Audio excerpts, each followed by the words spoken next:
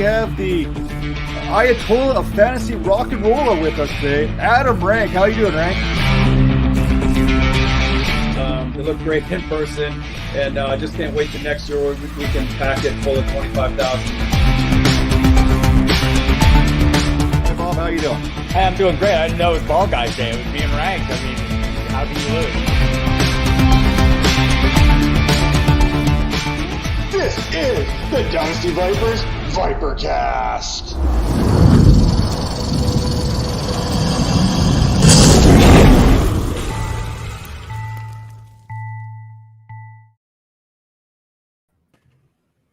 Welcome to the Dynasty Vipers ViperCast, powered by Fantasy Points Media Group. This is episode 89, and as always, I am joined with my co-hosts, Calvin Shoemake, Major Caldwell, Tera Roberts, and today we are going behind the grind with an NFL analyst that you want to make sure you get in on this show today.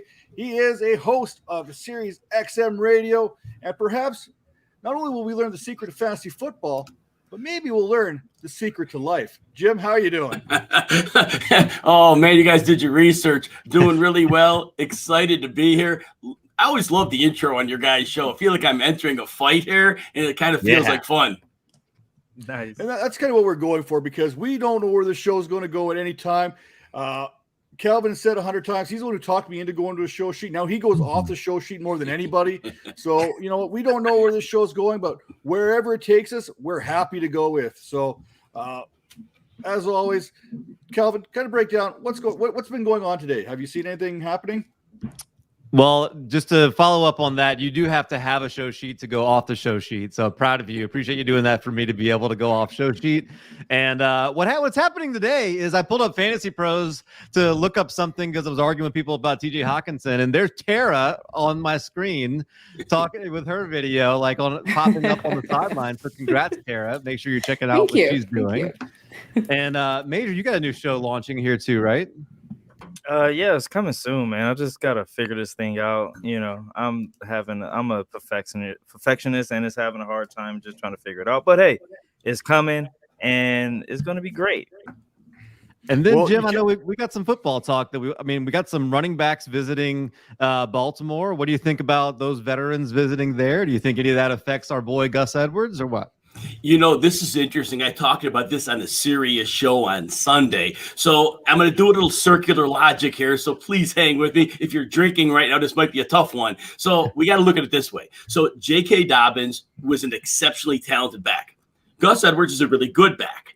In the last 5 weeks, including playoffs last year, they each averaged 11 carries. So the same workload. Now, Dobbins is out. Edwards moves to the top. Tyson Williams is a banger. He's a big dude, about 220. He can run.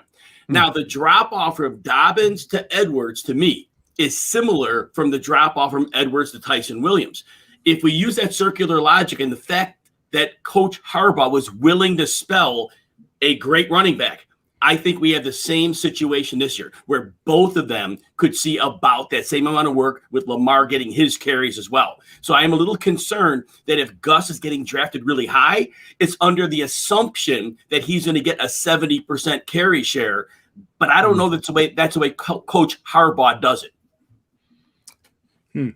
So I'm going to take this one step further because I love myself some Gus Edwards. 3 years straight, 700 yards, 3 years straight, 5 yards per carry. Tyson Williams there comes in. You talk about him being kind of a banger there. Who's going to catch the ball out of the backfield? Let's face it. If Lamar Jackson throws the ball to a running back, you need a receiving back. But if you don't throw to running backs, you really don't need one, right? True. Lamar's just going to run the ball anyway. They've had Justice Hill for 3 years now, well, until today at least. And look, he wasn't involved. Dobbins could catch, but he rarely saw targets. It's the nature of some of the running quarterbacks. When the play breaks down, they're looking to run. And Baltimore does not design screens. Maybe that's a Lamar thing. Maybe some quarterbacks are not good screen pass throwers because the art of leading that running back, it's a different type of throw. And if Jackson was never one to do those, they may not have wanted to put him in a spot that he's not comfortable with. So of those running backs that came in to work out for a spot, do you see any of them? Where do you see one of them in particular standing out? And if that person maybe joins in, where would you put them in the pecking order? At this point, depth. They're just looking for depth. If somebody else goes down, they need somebody. It's possible they're just doing due diligence to see who they may need to sign down the road. My guess is there's no benefit of bringing any of them in. Now, I didn't hear Adrian Peterson's name come up, but he would be a player who could fit in. He still functioned at a solid level last year. And in that offense, you just need to get downhill. And Peterson can do that. So of the backs that were brought in, mostly washed. But Peterson would be, if they really wanted somebody, a player they could add. I think that's the thing about football that, I wish if I could change one thing, it's this. Like baseball, basketball, a guy of Adrian Peterson's caliber is set to retire. They get a farewell tour. They have a fit last year where everybody is just talking about how great they are and they're retiring and all that. You don't get that in football. We got Adrian Peterson and Frank Gore that are street free agents right now who've had great careers, who I'd love to see somebody like the Houston Texans just say, you know what? Here we go. It's the last year. We got nothing else to play for. Let's fill our stadium with people who want to root for Frank Gore or Adrian Peterson or whoever and hand them the ball 25 times to see what happens. Just something like that. But why do you think that is in football? We don't get those last hurrahs with those Hall of Famers. Because I think these players are going to be forced off the field. I don't think they ever want to commit to saying, this is my last year. They are going to wait until the league tells them you're done. And by not re-signing Adrian Peterson to this point, the league has told him he's done. But to me, that's a little bit silly based on what he did last year and the fact he didn't command much money in the prior years. So he would be affordable. He would be useful. And my guess is at some point he gets brought in, because certainly Peterson has not talked about wanting to hang it up. But I think that's it. They have to be pushed off the field. And that's why we don't get the farewell tours. And you know what? Calvin kind of mentioned his name. Frank Gore is still out there. He's a guy who can still go in there and he can still bang a little bit. He had some productivity there with the Jets a little bit towards the end. But, Julie, she's truly coming in here, kind of asking us about Gus's hands. And if 3rd and 8 comes, who's going to be on the field? I think 3rd and 8, it's going to be a QB draw. Let's be honest how this is going to shape out. But you know what? I think Gus Edwards is going to get – I think he probably gets a little bit more disrespected in the passing game because we haven't seen it.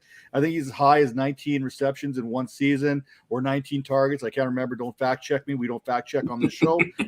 But you look at it, maybe it's kind of like a Jonathan Taylor. Jonathan Taylor's strength is not pass catching, but he can do it if he needs to. And I think that's the same with Gus Edwards. His strength isn't pass catching, but if you need him to catch a ball out of the backfield, he could probably give you a few attempts there per game. And you're starting him this week against the Raiders. Absolutely. I can't even argue that. You know what? Even start Sammy Watkins for the 1 week a year you get a chance to. So here's your 1 week you get to throw him in there. Moving along here, ADP huge. Is there more parity amongst the wide receiver group this year than any other year ever? I know you've done a lot of ADP kind of battles. The first one I want to take a look at is AJ Brown versus CeeDee Lamb versus Terry McLaurin. Who do you got in this? I know who I got, who my favorite is for the season, but who do you got? One thing I always point out, if you're going for the upside play, if you're going for the floor play, I think the safest combo of floor and ceiling here is really Terry McLaurin.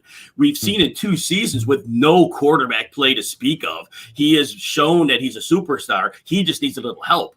And we bring in Fitzpatrick. And I know people bash Fitz. Understand this, in his first 10 years in the league, he never topped 63% passing. In 2 of the last 3 years, he has a 66.7 and a 68. And the high interception games, those started to fade off. It was only when they were trailing big and he had to go YOLO. Well, they're not going to trail a lot with Washington's defense. But McLaurin, back to the point, always peppers his alpha with targets. And McLaurin is going to be led into space with that sub 4.4 speed, his ability to shed coverage. And so I think he's a beautiful play there. But of those 3, it's really hard for me to pass on A.J. Brown because I believe he's a transcendent talent. I believe that we have not seen a player like him. After his first year, I called him T.O. version 2.0. But honestly, he played on 2 busted up knees last year. They both needed surgery. He only had like 106 targets, I believe, and he was like near 1,100 yards. If he gets near 140 targets, good Lord, what we're going to see from that man. McLaurin is the safest, but Brown could have some crazy upside with that bad defense and if they have to throw a lot. And I think you can make the argument that CeeDee Lamb might be the play based on Dak Prescott and what he was able to do if Dak's shoulder is what we're hoping it to be. I've kind of been pumping the brakes a little bit on Dak. This offense in Dallas, it's going to get going, but it may take 2 or 3 weeks before we see exactly where it's going. So if you're in those leagues, you got those panicky kind of owners, this Dallas offense is one to target after week 2, where it's kind of maybe struggling. It's not quite there. Dak's not quite feeling 100%. There's a few of these quarterbacks out there that are very similar to Dak Prescott when it comes to situation that you can definitely target a little bit later. So the next one I want to talk about, this one's very intriguing to me because I think all these receivers are fantastic. You've got Amari Cooper, who, he's competing with CeeDee Lamb there. You got Robert Woods, who's probably the most disrespected wide receiver in the game year in and year out. He's only basically done 3 1,000-yard seasons in a row. Last year he fell a little bit short, but Jared Goff was Jared Goff. He's going to do Goff things. And then you got Cooper Kupp in here as well, who's a teammate of Robert Woods. But here's the other one you got thrown in here, Jacoby Myers. This one's a really interesting one because you got him. Sorry, I'm laughing hard. That's very funny. I love that. I got to get Jacoby in here every once in a while. I know Julie's talking about me being a Gus truther. It's true. I am. I've got my guys. Darnell Mooney's one. Jacoby Myers is one here. So I just had to throw him in there. But going back to Amari versus Bobby Trees versus Cooper Kupp, how do you see that kind of shaking out? So if you're in a PPR league, Cooper Kupp intrigues me a ton. I believe he has top 5 PPR upside. And here's why. In the last 2 seasons, even when they had to compress their offense because McVay didn't trust Jared Goff, one of the seasons was a half season. Kupp missed 8 games. The other game played a full year. He was basically averaging 1,100 yards and 10 touchdowns. And it's 2 years running again with the 1.5 year of injury. But the beauty for this is in that McVay offense, he has always schemed the slot player open with a lot of green in front of him. And with Matthew Stafford being able to put a ball on target with significant steam on the throw, he could lead Kupp into well more yardage than Jared Goff was ever able to. So Cooper Kupp is a great play there.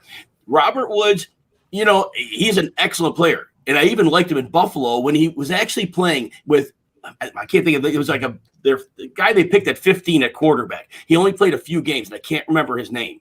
But whenever that guy was in, he had good games, but then they had other quarterbacks playing. But anyway, Woods, he's their Z. And we saw his yards per target go way down as that offense compressed. He was the one that got hit the most by it. But I think at the end of the day, Matthew Stafford does a couple of things outstandingly well. One is the deep ball, and one are kind of those quick strikes over the middle. Robert Woods doesn't perfectly match up with the best of Matt Stafford. Woods is going to have a good season because he is going to command those outside targets.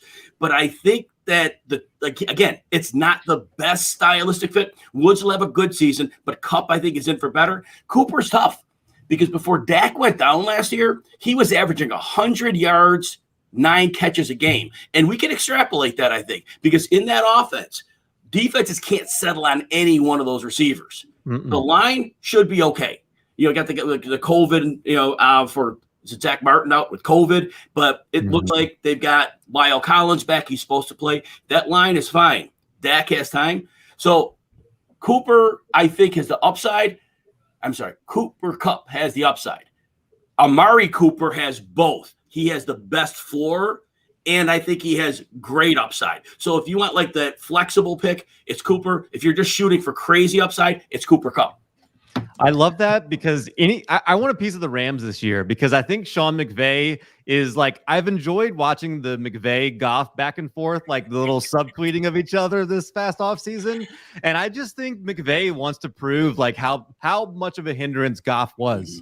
And he is going to be trying to set records with Stafford this year. I really don't think. Sorry, I was going to say, I don't think it's out of the possibility that Matt Stafford finishes at QB1 this year in the top 12 when we're talking. Not the top quarterback, but I think he's definitely well within his reason to finish in the top 12. And what we're not talking about enough, I think when we talk about this Rams offense, you're talking about Cooper Kupp making some hay underneath, especially in PPR. You're talking about Robert Woods doing some jet sweep action and everything that he can do. You've got Van Jefferson. You still got Deshaun Jackson stretching that field opening up everything in those intermediate routes, which is going to absolutely present all kinds of nightmares for opposing defenses to try and scheme against. You know, you're right. And another beneficiary is Darrell Henderson. Now, I know he's splitting some with Sony Michel, but last year, Darrell Henderson significantly increased his rookie year yards per carry, despite facing very stacked boxes because the Rams, again, had to run 2 tight end sets and compress the offense down. But with Stafford, and as you're mentioning, Matt, the speed options, everything else they have, now Henderson sees light boxes. He gets to the second level much easier. He had a string of really good games before Cam Akers took over. So the running back production can be good. We just worry how much they'll split the work. That's the question. And speaking of work, I would go into these camp battles where we're kind of pushing up on our regular football talk.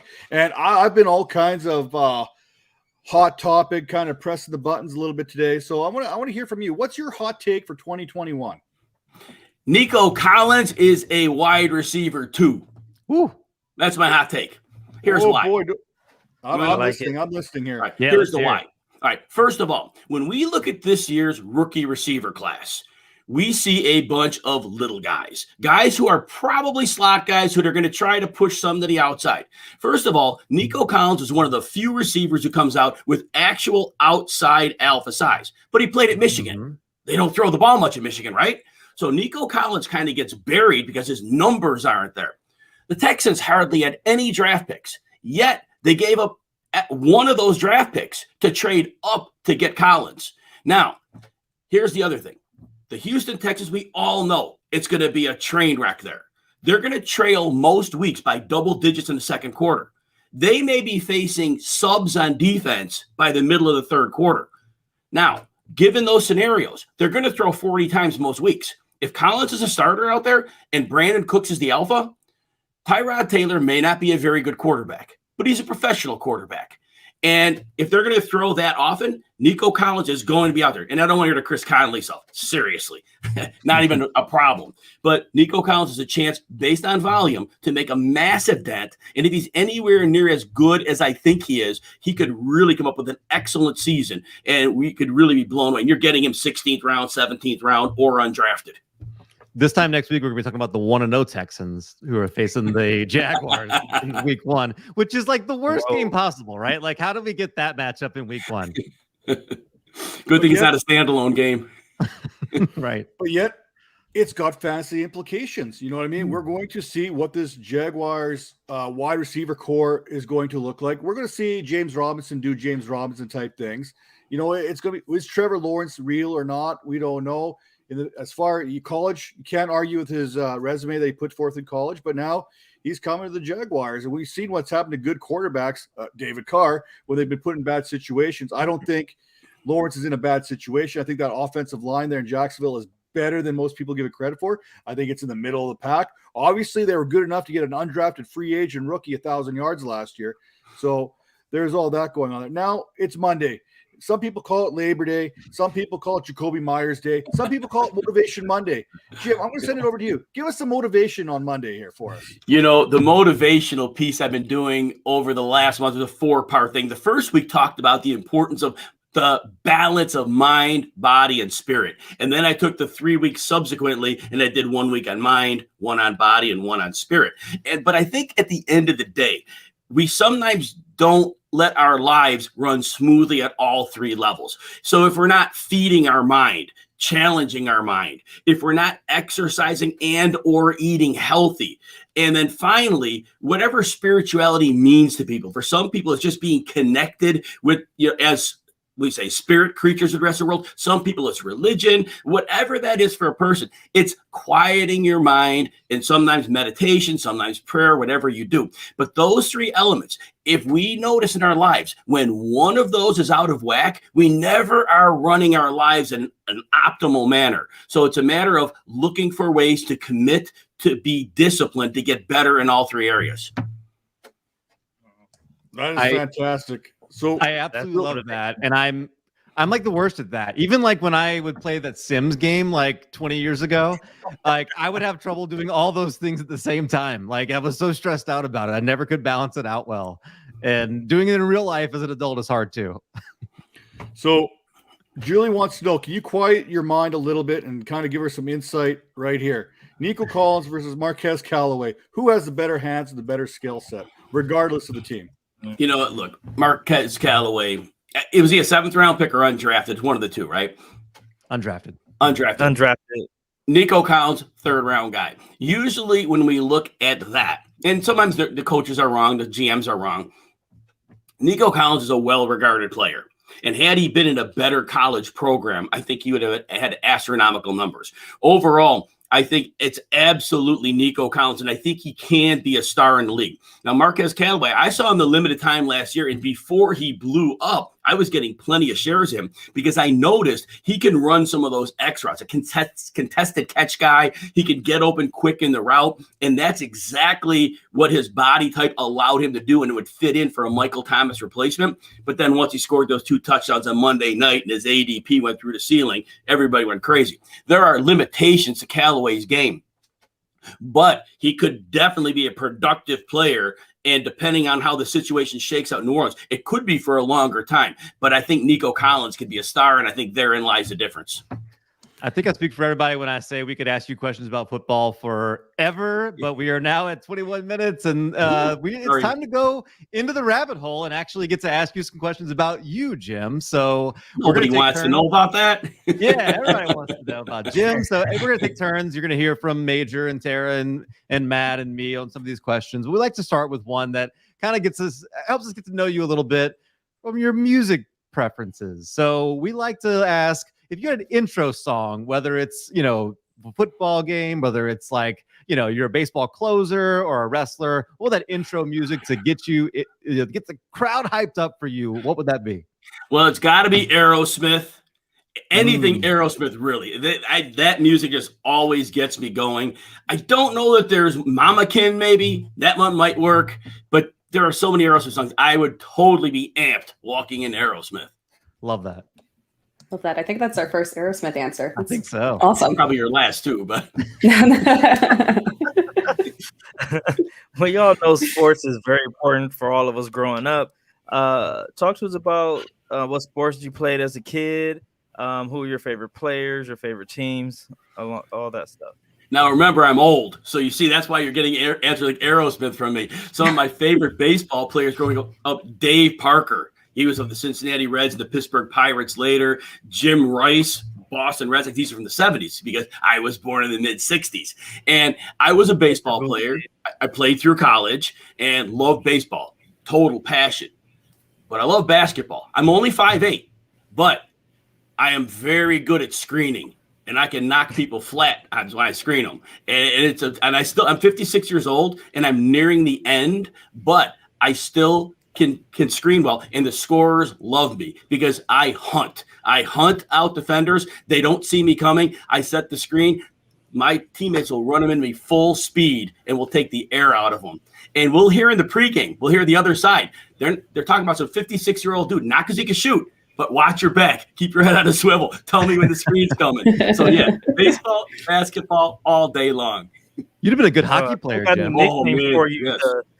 The Rock, or the Stump, or we need a nickname for you, man. Those screens.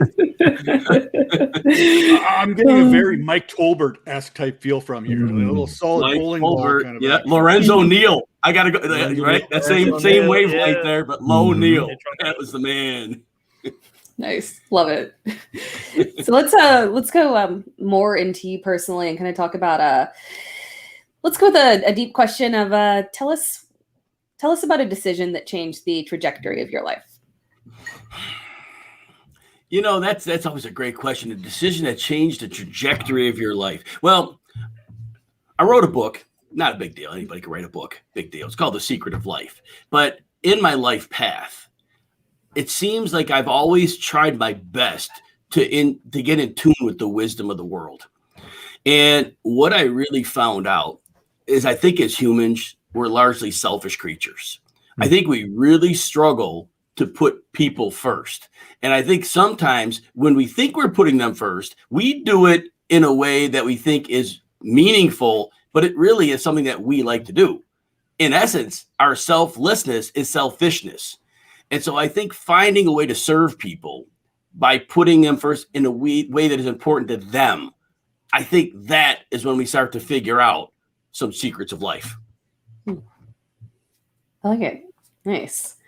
And that's not your only book. You've published 2 books there as well. So let's give you a little bit of credit there so far. And there's probably a 3rd book coming on. You got all kinds of secrets to success. So I just want to make sure that you get those all on Amazon. I could see that on Amazon. You can go pick up The Secret of Life on there. Not the Monty Python version. Oh my gosh, Coventry version.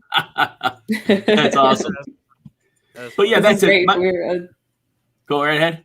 No, I was just gonna say this is great. It's got very unique answers. Kind of takes me to the next question of telling us about your journey through fantasy football. What are some of the biggest changes you've seen now versus when you started? So I like the fact that so many more people are involved. It's become a thriving community. We have so many people with passion, and the platforms are there. And I think viewers and content consumers, I think they realize that you can find something that works for you. There is no such thing as, oh, this person is the GOAT, the best analyst there is. It all depends what the consumer wants. You could literally pick your own dream team of analysts. And I think that's a beautiful thing. And one person's dream team might be another one's nightmare team, but there's so many places to go, and I think that the wisest fantasy managers, they find a large pool of people that they challenge their thinking. Sometimes you want the confirmation bias, but you want some people that are going to make you think about an aspect or an angle that you hadn't thought of. So that's how the fantasy world has changed. It's not just subscribing to a website. Now there are so many ways to consume content. I love how you mentioned that, because I do a lot of scouting, a lot of college stuff. I've done some magazines and stuff. I purposely wait. I do all my writing up. I do my grading and stuff like that ahead of time. And then I'll go back and I'll look at people put their stuff out there. And I'm looking for someone who's disagreeing with me, who has a completely different take than I do, because that allows me to question my process a little bit. I believe in my process. I'm a firm believer in my process. I'll let Jacoby Myers. But at the same point, I want to see, okay, why am I higher on this guy and you're lower? Am I missing something? Or what are you missing to have him so low that I got him so high?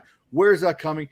I don't think there's a single person who's always going to be right. I don't even think you could be the worst analyst in the world, and I don't think you're going to be wrong every single time. So it's finding that common ground. I love that, finding some people to challenge you. We have that in this room where we challenge each other all the time, which is the fantastic part here in the ViperCast. Is just we have a lot of the similar opinions, but we have a lot of differing opinions that challenge one another as we go through the process. Now, Tera kind of mentioned how things have changed from day one to now. We're going back to 1994. And you know what? You started this whole fantasy journey on a high back in 1996. Nationally acclaimed accolades here. Tell us about that 1996 season. So there weren't as many national challenges as there are now. Obviously, now it's a massive deal, people going to Vegas, but there weren't many. And I found one. It was literally $14.95 to join. It was actually through like the Baseball Football Digest company. No, actually, back that up. It was Appa Game Company. That's what it was. And I don't even think they're around for football anymore. They might be around for baseball. But anyway, that was their challenge. And the grand prize was $5,000. And basically, they didn't charge for the roster changes. You picked players within like 12 different groups. 4 to 6 players in each group. Picked a player. You had an X set amount of roster changes to make in a season. And it was amazing. I almost led poll to poll in that one. There was like a little point, like maybe week 8 or week 9, where I dipped down a little bit, but it was just a beautiful thing. And to actually see when it was over that, oh, wow, I actually finished this out. And, it's an incredible amount of luck. Sure, there's some skill, but at the end of the day, injuries, bad games and you don't expect them and all that.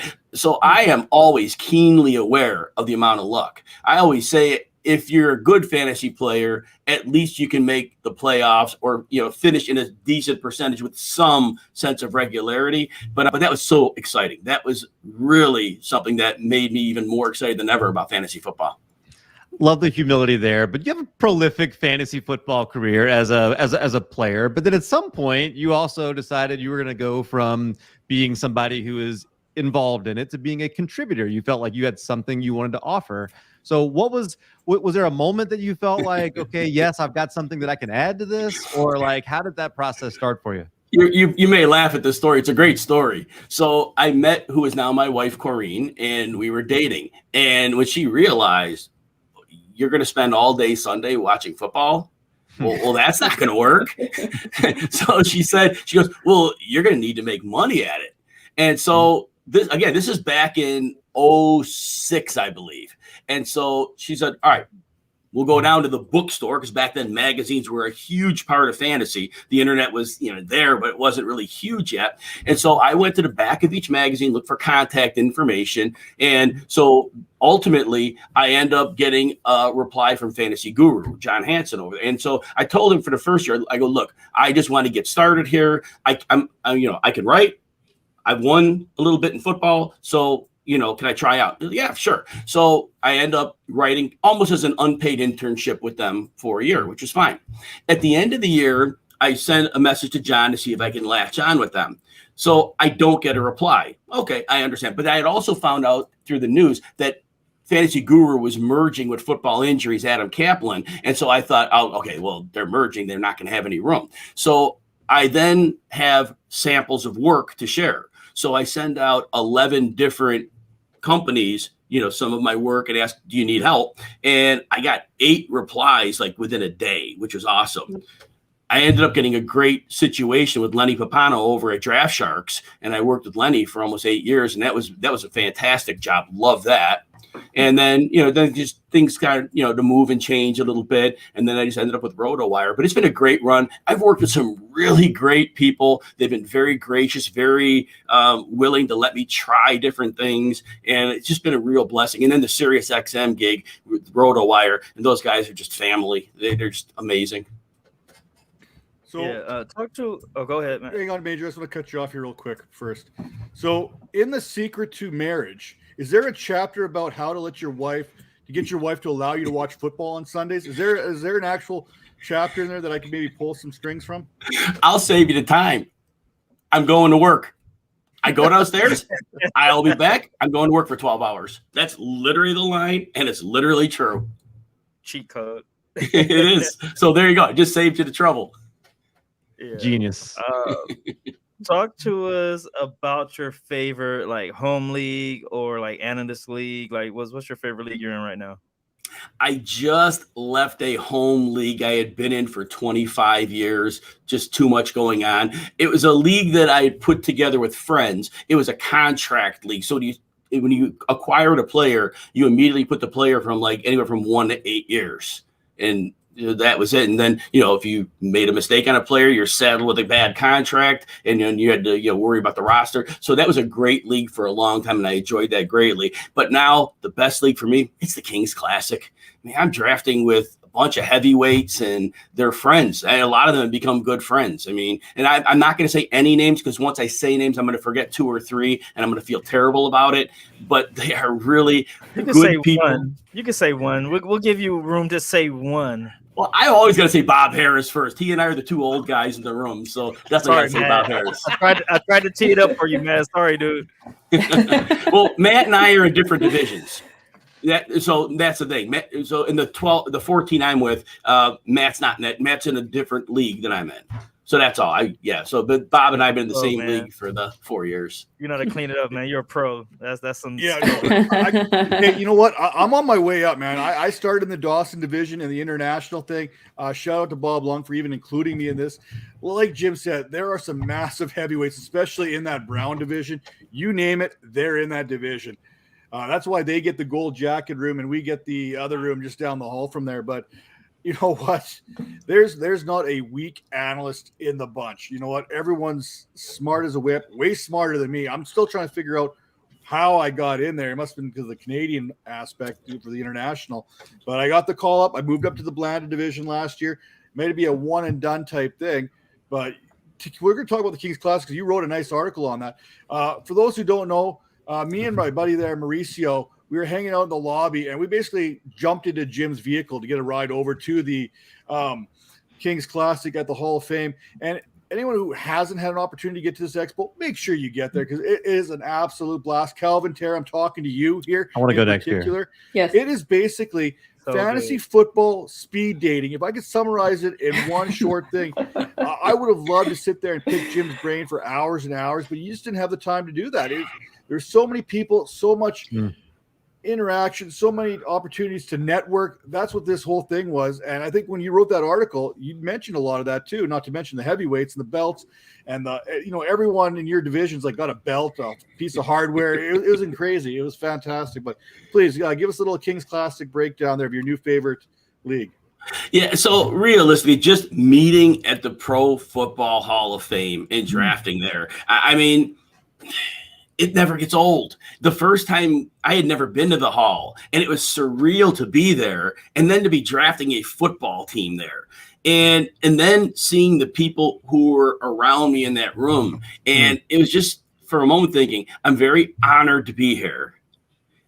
Shocked that I'm here, but so happy to compete with them. And then the event it's become. Just the fact that, as we mentioned earlier, more people every year are coming in. And Bob Lung has a vision here. Bob wants to make this a massive event. I guess baseball has their tout wars, they call it. He wants to make this the football version of that. And apparently he was saying the Pro Football Hall of Fame is in an expansion process where they want to make it into more of maybe a resort type thing, amusement park village type thing. There, yeah. Yes. And if that's the case, he wants to have everything on the grounds. And wow. And to have been in the ground floor, this is humbling. It's just absolutely humbling. And that's the RotoWire guys. They could have sent Jeff Erickson. They could have sent Chris Liss. Chris lives in Lisbon, but in Portugal. That might have been a tough one, but they chose to send me. And you know what? I know why they sent me. A, they didn't want to go, but B, it was personality. They knew I'd get along with people. They knew I'd represent the company. It wasn't like, oh, this is the guy who knows. No, I know as much as anybody else. But I think they knew I would go. I'd represent as well. I would make friends. I would represent as well. And that's why they sent me.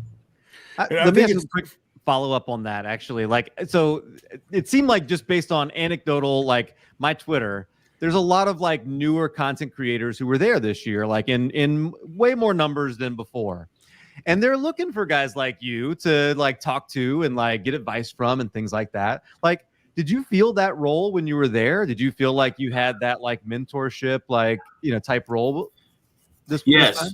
Not to the level of Bob Harris or Mike Clay, but because those guys are, it's pretty awesome to see how big the platform they have happens to be because everybody knows them. But yeah, it was different. It was different, and I never would have foreseen that coming, nor expected in any manner that people would actually recognize me and want to come up and talk to me about football. And again, just humbling, and just the fact that they have listened to me on Sirius or read my work and that they were interested enough to know more. And at the end of the day, I'm a public servant. Anything I've done in my life, I want to just be part of the greater community, and I want to share and just whatever I have, share it with people. And I feel like that comes back to me in a real positive way. The energy I return, I always seem to get that back from others, and that always drives me to do more and more. So yeah, it's just been a wonderful experience. Love that. I think to kind of on this here a little bit before we move on to the viewer question here, Tera, I don't know if you can see it there, but just so you're aware. But first thing, it was for me, it was surreal. You got XM radio setting up. I don't have much experience. Luckily, I've done a couple shows here most recently, but they're set up in the room. You've got analysts that I would consider a much bigger deal than myself walking around during this expo. And it's something for everyone because that same day that we're doing the Kings Classic, draft night out is taking over. And there's 20 more drafts going on in the hotel. Major, I think you were part of that as well. I see some photos there. There was something there for everyone to get involved in. So just because you're not in the Kings Classic draft, there's all kinds of drafts that were going on. And you know what? I'm looking forward to where Bob takes this thing. It's to the moon as far as I'm concerned. It's going to be fun. It's fun to be part of, and I'm looking forward to getting back there next year. But we got to keep our viewers happy. And Tera, this question is kind of going to you. I'm going to Jim because I don't do much clearing in my mind. It's pretty empty for a good portion of the time anyway. But I'm going to send this to you. What podcast do you guys listen to quiet your mind? So what I came across is not a podcast that I listen to, but what I've done is it really becomes a combination of meditation or yoga. Yoga is really where it started. And I think in America, a lot of us make the mistake of thinking yoga, workout, exercise, yeah, fine. But realistically, the point of yoga and why it became what it was is for mental clarity. You're in a pose, which I'm not very flexible, and that ends up being fine. But you're in that pose. And when you're fixated on the pose, your mind clears because you're not thinking about anything that requires thought. And you find when you're done with the session that your mind has zoned out for 20, 30 minutes. Oh, there are points where it jumps back and around, but then you recenter yourself with the next pose or whatnot. And those moments of mental clarity, you feel like when you're done, you feel as if you something in your mind listen to something that was on a greater scale. It was like there was no activity going on, but you felt like somehow you were connected to the wisdom of the universe. It sounds corny and cheesy, but you really feel like you have a better view and understanding of life. So I would, though, sometimes when I'm working, I will put on some instrumental music with binaural beats, and there's where it's different frequency in each ear, and they're trained for like meditation type stuff, brain activity in a positive manner for studying. And some of those types of videos on YouTube, very, very useful for quieting and centering your mind. What are those called? I need that. Binaural beats, BINAURAL. And you could find those all over YouTube. But they're for studying, they're for meditation, and those are all out there. But it really is a game changer. And there's science behind that, and you can read articles about the science, but it really is transformative. Wow. Julie, I drink coffee, lots of coffee. If I go in the downward dog, I ain't getting back up. Tera, what do you do? I love that. I love that Jim answered this question first, because my answer is going to be a very strange one, because it's definitely not something that is meditative. Although I do sometimes listen to like some confidence podcasts and stuff like that to just kind of, stay on track and focusing on not caring too much about what people think. But oddly enough, and this will be like a weird football tie-in, but this is a guy who people either love him or hate him. To quiet my mind, I like to get focused on my actual goals, because I tend to get very, split into the different directions that I'm trying to head and unfocused. And to get very focused, I actually listen to a lot of Gary Vee. And it's not very quieting because he's a very energetic, loud person. So it's definitely not something that's meditative, but will go through his podcasts or YouTubes, he's got content everywhere, but shows like that, and pick stuff that is very focused on like motivation and staying on track, and not caring about what other people think, and doing what feels right for you. And that's stuff that I like to listen to. When you go to the gym, you need a wellness podcast or a binaural beats type podcast. Yeah. So kind of diving back into you and your career, tell us about some of the more memorable shows that you've done in the past. Funniest one was, so when I first started doing the RotoWire show on Sirius, I was a co-host, which means Jeff Erickson or someone would ask me questions and I would, give answers. And they told me, oh, we'll train you also to do a host job. And I know how this works. About 3 weeks later, I get a phone call. Jim, we don't have anybody today. You need to do the host job. And I thought that was a good story, because it's like, that's how you learn sometimes, right? You just get thrown in and you're like, okay, we're going to make this work. And fortunately, I had paid attention while people were hosting, while I was co-hosting. And I did pay attention to things like, when the time segments were going to break. And that's a huge part of it, knowing when to go to break, understanding what they were doing. So it did work out. But and then, of course, I busted their chops the next day saying, thanks for the training, guys. Appreciate it. And I probably didn't answer your question. I probably forgot the actual question. So if you want to follow back up, I can these are memorable moments, right? Yeah, memorable moments count, memorable shows, interviews, yeah. So a few years, I started a few years ago, maybe it's the third season I've done on the Sirius show. And I remember one of my first shows, I was making a major case for Chris Godwin as a breakout candidate.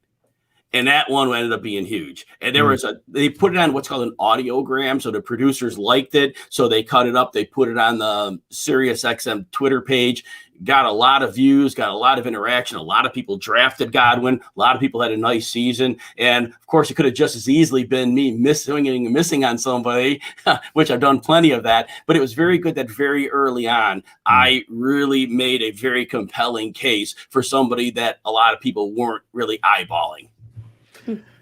So let's envision a world where fantasy football doesn't exist for a second. And let's say, what would Jim Coventry be doing if there wasn't such thing as fantasy football, or making a career in that? What would you be doing? It definitely would be service oriented.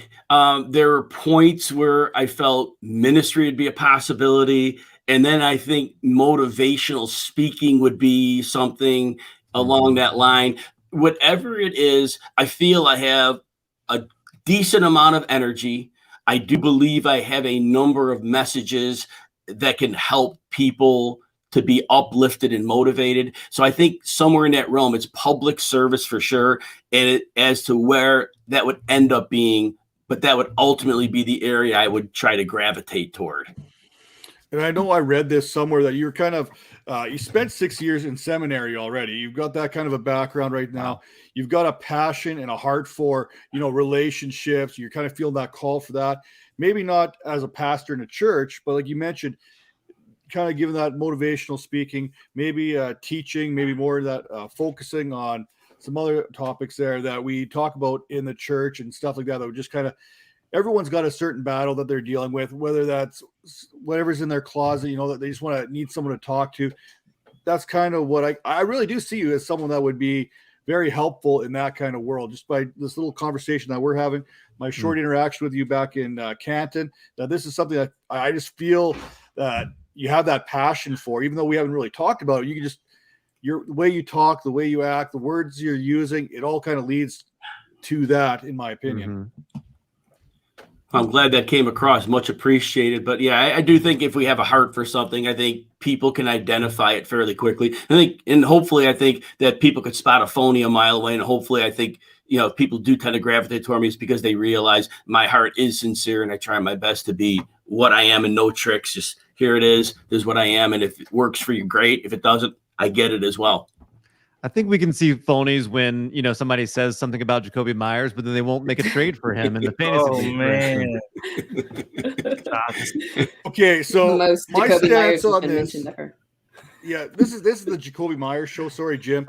But you know what? First off, my stance on him is in redraft. He's the guy. You're trying to offer me Rondell, trying to get Rondell Moore out of me for Jacoby Myers. Come on, man. That ain't happening. I love Jacoby Myers, but I ain't moving the dude that's just going to be I think Rondell Moore has an opportunity to lead the league in yak yards this year. I really do. I think he is a special dude altogether. I think he's going to do some fantastic things once that ball gets into his hands.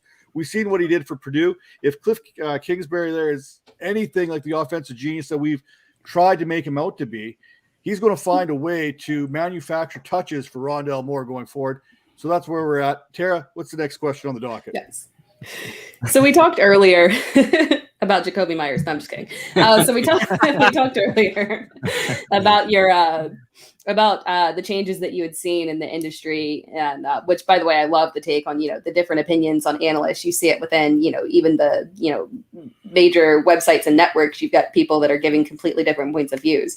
But in addition to that, what has this fantasy sports journey? What has it taught you about yourself? That's a great question. One I obviously haven't thought about ahead of time. Again, I think that it ties into my worldview that you actually can be involved in something as frivolous as fantasy football, and it can make a difference in people's lives. Look, somebody might look forward to a column or a show, and you actually could make their day better. You could put a smile on their face. I get an occasional comment. I appreciate your kind, positive energy that comes through on the radio. So I think that is what I've learned about myself, that it doesn't have to be serious when you're making people feel better. It could be out of this great hobby we have, and you could give people an escape from the difficult lives they live, be it for an hour, a minute, whatever the case is. And I think, again, I always use the word humbled. It's very humbling to realize for something as simple as this, that you can make a difference. I love that. That's such a fresh perspective. Yeah, you kind of spoke about your wife earlier helping you, with your fantasy football, giving that little nudge. Can you talk about some of the other people who helped you in your career? Primarily, it's been teammates. I've always had teammates that have either believed in me, have provided me opportunities, have given me feedback. The producers at Sirius have been great. I ask them for feedback all the time. I go, look, I have no ego here. Tell me what I need to work on. And they've been gracious enough to do that. And I very diligently spend time in the off season trying to work on improving things. And, again, teammates like RotoWire, we go to Vegas every year, except for obviously last year when we had, the full beginning of the pandemic. We didn't have that, but just going out there and working, I should say talking, building friendships and relationships with coworkers. But then from there, sometimes the talk goes to business and other projects that they would like us to involve, ourselves with. And so those are the people. It's been the teammates. And I've always been open to doing whatever I can to help my teammates be better. And I've been very fortunate to find teammates that have looked to do the same for me. And so I think it's really all about the teammates. Yeah, that's a great answer. Yeah, that's a great answer. I don't know. I'm waiting for that invite to Vegas here. Let's go. I'm down. Yes. So for my last question here, talk about some of the give us some good advice for those trying to make it in the fantasy world. This is crazy because what I realize when I talk to some of the people I work for is that it's so difficult for them to find people who are reliable, who simply will meet deadlines, who simply will say yes to extra work. So be available, be willing to work, and meet those deadlines, if not be early on every deadline. And it's, you already have the passion for this if you're thinking or listening to this, but it's those things, the professionalism. Be professional, and you would be stunned how many good things can happen just by doing that. Because again, the more people I talk to, good help is hard to find. Great answer. And luckily, we got lots of good help here in the room. That's what I love. But to be good help, we have to help others. And Julie, she's hitting us with another question here, so we got to get it. Tera, we're going to start this one with you. Can you each name one coach and one player, non-QB, that's on your hot seat? How would this hot seat impact their production as far as wins and fantasy points for this year? Okay. Since I'm going first and I have not thought about this previously because I did not pay attention to the question that was over there, I'm going to go with the low-hanging fruit. And my coach on the hot seat is Matt Nagy. I think he's this year's going to tell us a lot. I was kind of, surprised they gave him another year to figure things out. But the whole quarterback situation, whether they're going to, at what point they'll let Justin Fields on the field and how far they're going to let Andy Dalton go. Are they going to, rely on their defense and want more of a game manager? Are they going to let the rookie go ahead? So, how all of that ends up, their record, I think that he's the one that is most on the hot seat in this situation. And then my player that's on the hot seat, and and maybe it's not a hot seat from a contract perspective, but I think Odell is kind of on the hot seat in terms of the direction of his career because he's finally healthy. Unfortunately, with the excuse last year, they were starting off a new system in Cleveland, and it took Baker a little while to get comfortable into it. And once they hit that back half of the season and started to really pick things up and succeed, unfortunately, Odell was hurt and wasn't there. And, by all accounts, he seems very healthy. He's ready to hit. Him and Baker have been connecting very well in the offseason. And I'm kind of looking forward to seeing if he's actually going to be that wide receiver for Baker within the context of that offense, their run-first offense. So within the context of that team, is he going to be that guy? I'm interested how that turns out. And then over to you, Calvin. What do you got for us? Who's your hot seat coach, and who's that player that's on your fantasy football hot seat? Those are both answers I would have liked to have given, but Tera's a genius. So, she went first and got the right ones. Yeah, Matt Nagy makes a lot of sense. Like, so I don't think for this year, but the one that feels like he's on the hottest seat right now is just Urban Meyer. Like, it just seems like there's just consistently something that he's doing that is not good. Like the Tebow thing was weird. Like he had a weird thing with a strength and conditioning coach already. Like it just seems like for somebody that has not even coached in an NFL game yet, he has had, even the Travis Etienne pick was weird, right? Like that was a third down back that was friends with his quarterback. It just seemed like a strange pick. As much as I like Etienne, it doesn't seem to fit the need for the offense. And I think if you set the over under at 1.5 years, I might take the under right there on Urban Meyer. As far as the player, Juju Smith-Schuster is the other one that I think about on the hot seat. Like he's got to produce this year. He's on that 1-year deal in Pittsburgh. He needs to show that he can do more than just run button hooks for Ben Roethlisberger, and then like hopefully have an opportunity to get a better contract next year. Then over to you, Jim. Who do you got for us? So I think Vic Fangio could be on the hot seat. Now, last year they get a pass, all the injuries for sure, but they've collected, besides quarterback, an amazing array of offensive talent. And if this team can't produce offensively, and it may be due to the quarterback, but nonetheless, I don't think John Elway is going to sit well with that. And so I think that he could be on the hot seat for that reason. And then player-wise, I think Miles Sanders. I mean, we already see the writing on the wall where they're just bringing everybody else in, and they let some people go. But at the end of the day, Gainwell's going to be something. Boston Scott can play. Miles Sanders, I think when he's on the field, he's a very good player, but I don't think they've used him well. But nonetheless, it's to the point now that if he doesn't do something special, they're going to commit to the committee, and Miles Sanders may never become a thing. I like that. I know Tara's nodding in approval because she's anti-Miles Sanders, so you've got her approval on this one. Yeah. Major, who do you got on the hot seat? I'm going to go with a pair of Rams. I'm going to go with Sean McVay. He might not be on a hot seat, but he's on my hot seat. I'm in LA, so, I love the Rams right now, but it seems like he never really had a quarterback, and Stafford really never had the team or the coach, so it's a perfect fitting. And I think we need to see something right away because that team is ready to go. And then I'm going to go. I would love nothing more than to say John Gruden on the hot seat, but he basically owns the Raiders at this point, so he can't be on the hot seat, unfortunately.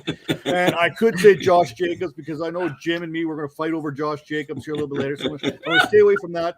But for me right now, for a coach's hot seat, we talked about it a little bit earlier, Cliff Kingsbury, 13, 18, and 1 in 2 seasons, and that collapse last year that cost the Cardinals a playoff opportunity.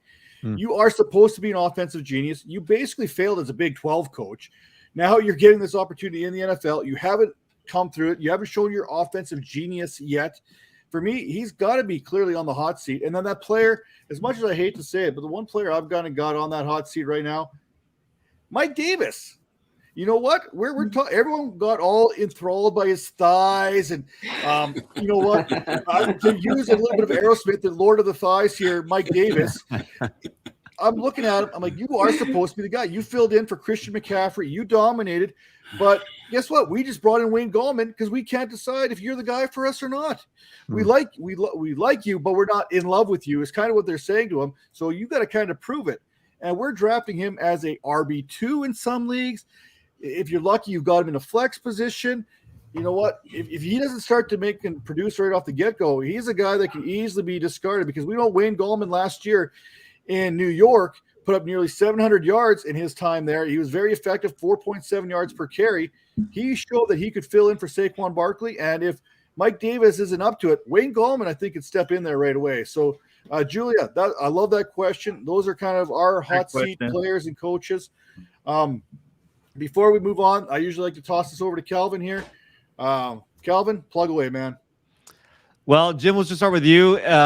Obviously, great things going on there at RotoWire and Sirius. And any books you want to plug, you can obviously do that too. But just what do you have going on that's as the season's getting started that we can follow along and support you over the course of this season? So basically, now that preseason is kind of out of the way and the drafts are getting done, everything becomes so regimented in the regular season. And we'll just be on the Saturday Sirius show because, again, during the Sunday show that we had, NFL game coverage is on, so people can enjoy that. So, but what I do on the Saturday show is I take the injuries of the week and I try to point out which players benefit. I'm talking about linemen, be it offensive or defensive, safeties, line, any position. And I try to point out which players benefit. That's one thing. And then we definitely go under the hood to check between snap counts, targets, pass attempts, game script to try to identify player patterns and what we can expect in future usage. So we do a lot of stuff that it is out there, but it's not necessarily very common. And so we really try to get people ready, not just for their upcoming lineups, but for free agency and advanced planning and team trends. So the Saturday show on Sirius is a lot of fun during the regular season. RotoWire has a lot of great tools for that. And as somebody who's been a subscriber there for a long time, actually, I started being a subscriber for James Anderson in the fantasy baseball content over there, but fell in love with the tools that they have for football as well. A lot of great things you can see on snap share, slot snaps, you can really break down a lot of things that's happening on the football field. Usually those are up pretty quick within a couple days. So anybody listening, make sure to check that out. Major, how about you, man? I know we got your show coming up. What else do you have in the works for this season? I will be co-hosting with my guy Nick on a P2W fantasy show on awesome. Fantasy Points. You know what I mean? So we're going to do that along with this show and then building out my show. So I'll be pretty busy. And I'm in 1,000. I'm actually drafting right now. I'm in like 100 leagues right now. It's ridiculous. Tera, have we figured out at what point in the season you take over for Matthew Berry yet, or no? At no point. One day. No, I think things are going great. Thank you. You mentioned my Fantasy Pros videos.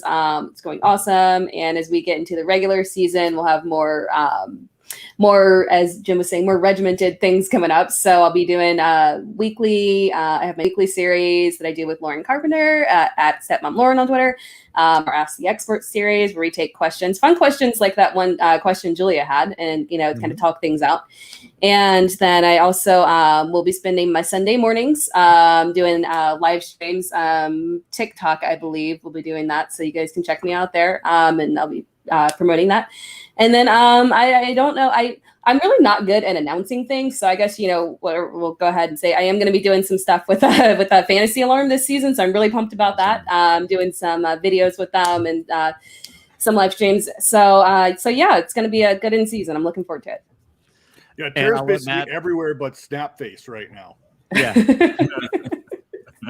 I'll let Matt plug all the shows on the ViperCast. I am at Calvin and Hobby. You can find me there. And on Tuesday nights, I do a show with Tyler Karp, and we answer a bunch of Dynasty questions on the DynastyLeagueFootball.com YouTube channel. Yeah, in case you couldn't hear Calvin over my loud, obnoxious screaming, we got Taco Tuesday taking place over at DLF. You know what? We've got Roberto, we got Mike. They got a little bit of a Devi Pro show going on here. They're going to talk a little bit of Devi for you. We obviously got Major doing his thing. We got Will, Biased Opinions. He's kicking in a little bit of prop betting stuff.